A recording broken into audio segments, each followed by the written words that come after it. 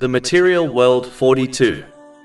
In a narration found in Sunan Abu Dawood, number 4297, the Holy Prophet Muhammad, peace and blessings be upon him, warned that a day would soon come when other nations would attack the Muslim nation, and even though they would be great in number, they would be deemed insignificant by the world.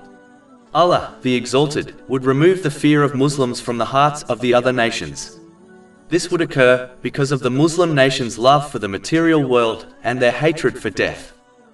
The companions, may Allah be pleased with them, were small in number, yet they overcame entire nations, whereas the Muslims today are greater in number, yet have no social or political influence in the world.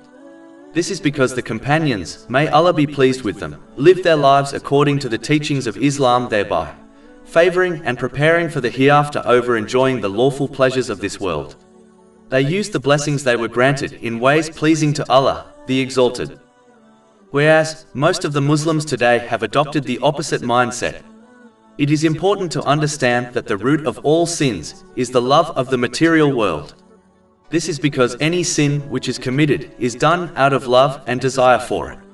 The material world can be split into four aspects: fame, fortune, authority, and one's social life, such as their relatives and friends. It is in the excess pursuit of these things which lead to sins, such as earning unlawful wealth out of love for fortune.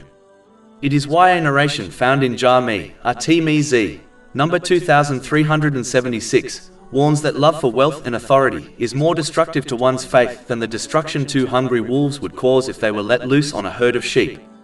Whenever people seek the excess of these aspects of the material world, it always leads to disobedience of Allah, the Exalted. When this occurs, the mercy of Allah, the Exalted, is removed, which leads to nothing but trouble. Even though some Muslims believe pursuing the excess things of the material world is harmless, it is something the Holy Prophet Muhammad, peace and blessings be upon him, warned against in many narrations, such as the one found in Sahih Bukhari, number 3158. He warned that he did not fear poverty for Muslims. What he feared was that Muslims would pursue the excess of this material world, such as excess wealth, and this would cause them to compete with each other over it, and this would lead to their destruction. As warned in this narration, this was the behavior of the past nations. As the material world is limited, it is obvious that people would have to compete over it if they desired more than their necessities. This competition would cause them to adopt the characteristics which contradict the character of a true Muslim, such as envy and enmity for others. They would stop caring for each other, as they are too busy competing in gathering and hoarding the material world. And they would contradict the advice given in a narration found in Sahih Bukhari, number 6011, which advises that Muslims should act like one body. When any part of the body suffers from an illness, the rest of the body shares in the pain.